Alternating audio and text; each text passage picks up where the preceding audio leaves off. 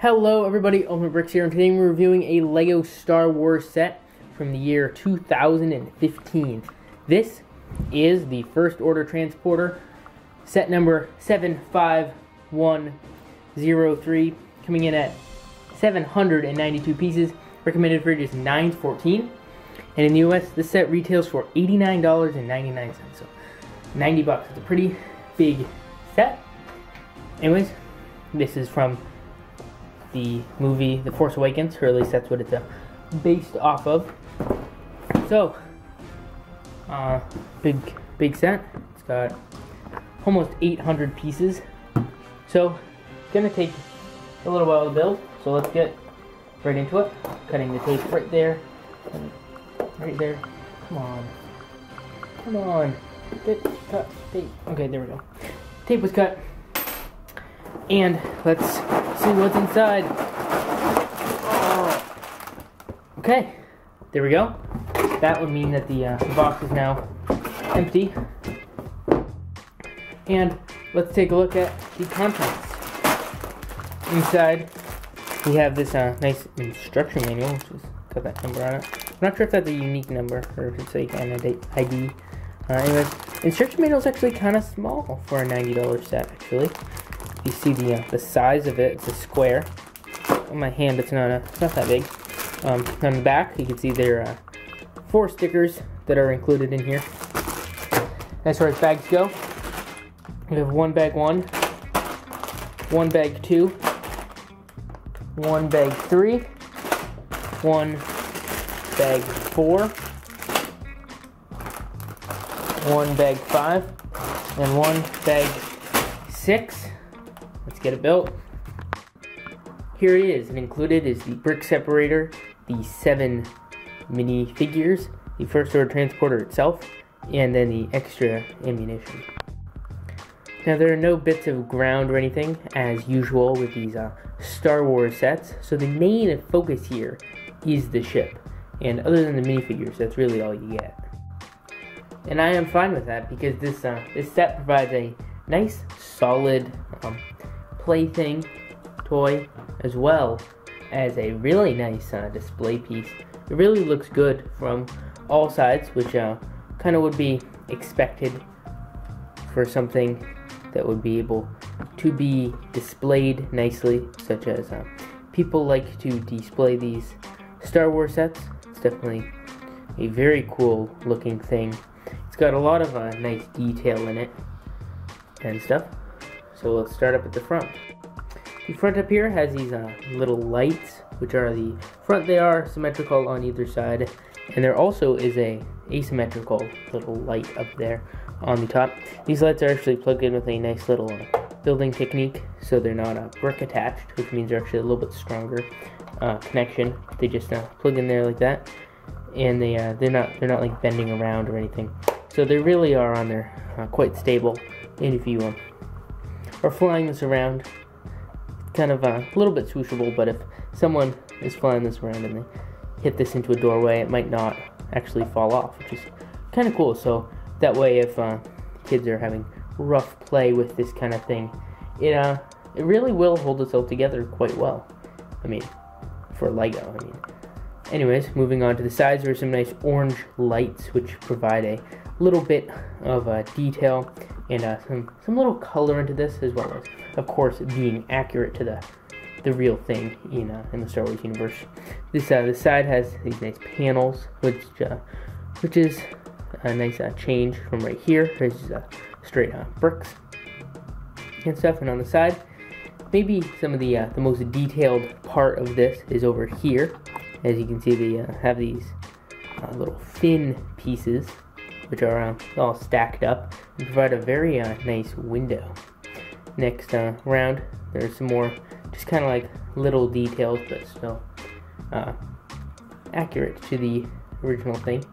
Up top, there are these spring-loaded missiles, which are a little obvious and stuff, and they are just fired by touching the top of them like this, and now they go fly out like that. But if you don't want them, again, just leave it like this. And the real thing does actually have laser cannons or weapons up here. So leaving it like this doesn't actually make it look that inaccurate. So the color scheme works. It's not like these are like some bright color. The gray and the dark gray. It actually looks really nice, and it's not taking away from the model. You don't need to worry about those spring-loaded shooters. So for adult collectors, don't need to worry about that. Right here, there is a little laser cannon. Again, a smaller one though. They can rotate all around, except where the cockpit is, so it can't rotate fully all around. And then right here is the little tank hatch, which by operating this thing and having a figure in there, the guy comes up just like that, and you can see him up there pretty nicely. And then he can go around and operate this. He looks a little bit low right now. You can actually take him up and make him stand up fully to operate the cannon while standing up, just like that. However, if he is standing up while operating the cannon and you bring this thing back in, he won't sit down. He won't, the little canopy won't close.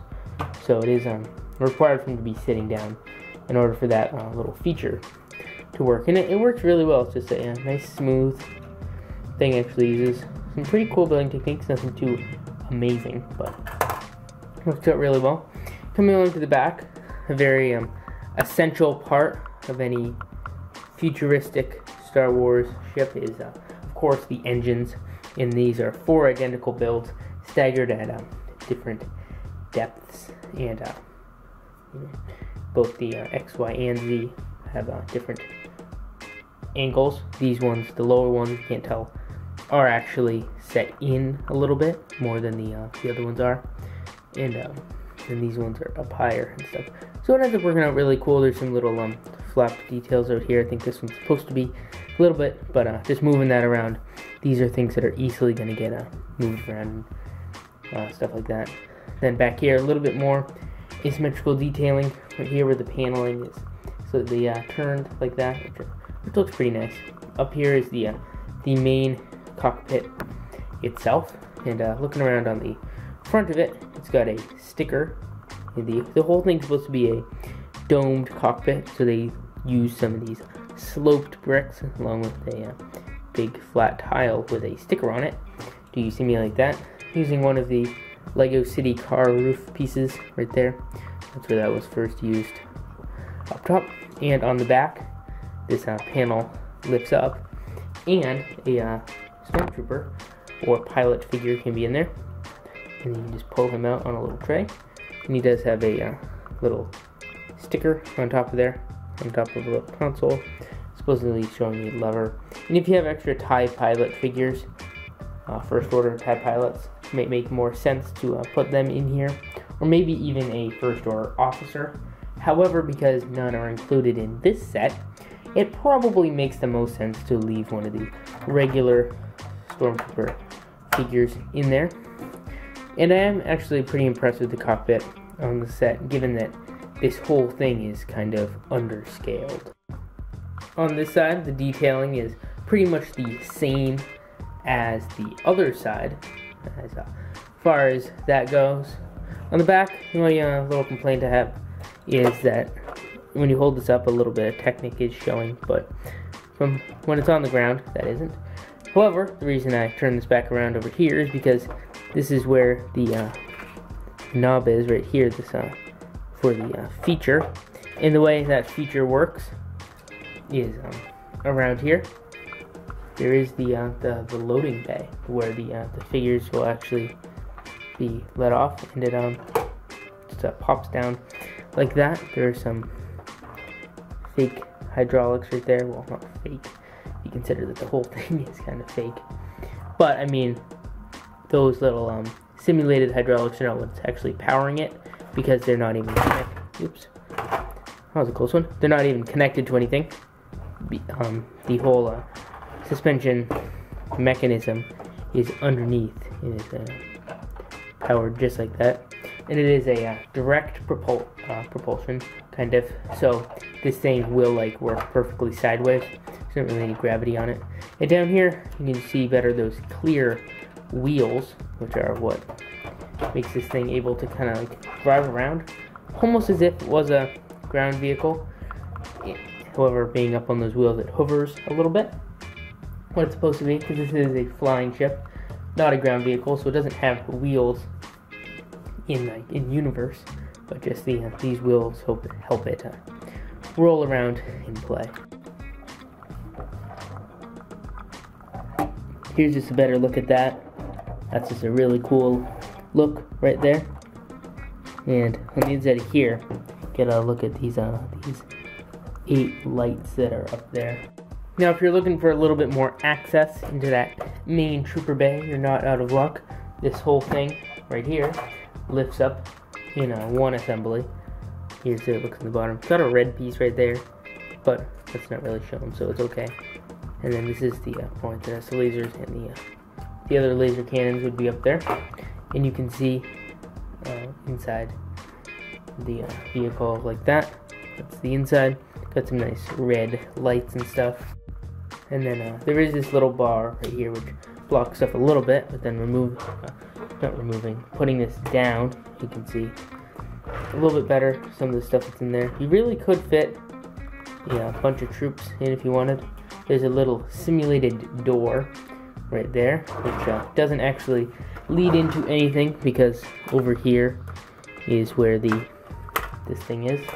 However, there is a decent amount of unused space in here, so if you want to modify this thing, you definitely could bring it back to here, but then you would be sacrificing the cool tank turret feature if you were to do that modification. However, if you're just looking to store a bunch of figures in here, that would be pretty cool. There are some little hooks which you can hang the blasters on, but yeah, that's about it for the vehicle. This fits on with just 2 studs back here and here, connecting to there and there, and that is the only way that this actually seats in. So it's a little bit loose on the front, which means if you were to take the ship and kind of like shake it around, that would maybe move a little bit, but it actually stays on a lot more than I thought it would. Now, of all the minifigures, this is definitely the star of the show. Captain Phasma, very cool figure, definitely well interpreted into Lego. You can see the printing next to a regular First Order Stormtrooper. The printing is very similar, just the main color here is the silver. The helmet is the same. The cape looks very, very nice, and got a little bit of red printing on there. It is a unique shape for Captain Phasma, I'm pretty sure. The blaster is in a light silver color for the first time. And underneath this helmet, there is simply a black head, because we have no idea what Captain Phasma looks like. Right now, Captain Phasma has never taken off her helmet in a Star Wars movie. She's only been in one, though. And, obviously, can't give her the angry clone face, because that wouldn't really make any sense at all. Anyways, very limited printing on the back. The torso, again, just kind of like same Stormtrooper printing on the silver torso. Anyways, extremely cool figure. Now here's the infantry included with the set. Definitely good to get 4 in a set that is called First Order Transporter. Anyways, comes with 2 of these Special Ops Flame Troopers and 2 regular First Order Stormtroopers. First Order Stormtroopers, even though they're basic, it's still good to get more of them. People who collect armies and stuff be appreciating getting 2 in this set, even though they're kind of easy to acquire because they are in a battle pack. Anyways, the 2 Flame Troopers are very neat with their printed torsos and legs. Definitely modeled off of the Snow Troopers from Episode 5. Very nice backpack builds. Simple but effective. And it's also nice to get the regular guns again. You can't take those for granted in battle packs anymore.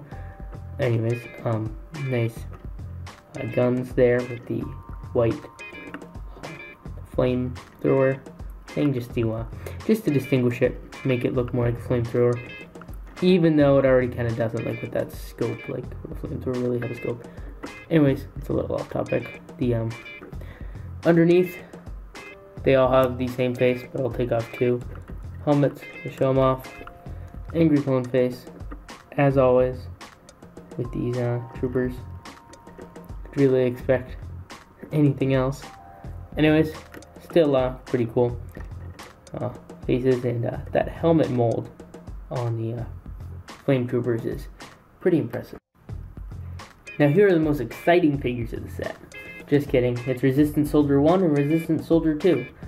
Yeah, again, not really exciting minifigures at first when you think about them, as just they are your standard Resistant Soldiers. However, getting 2 in this set is appreciated, and they have really nice printing. And if you have a First Order army, it would be good to at least have a small Resistance army.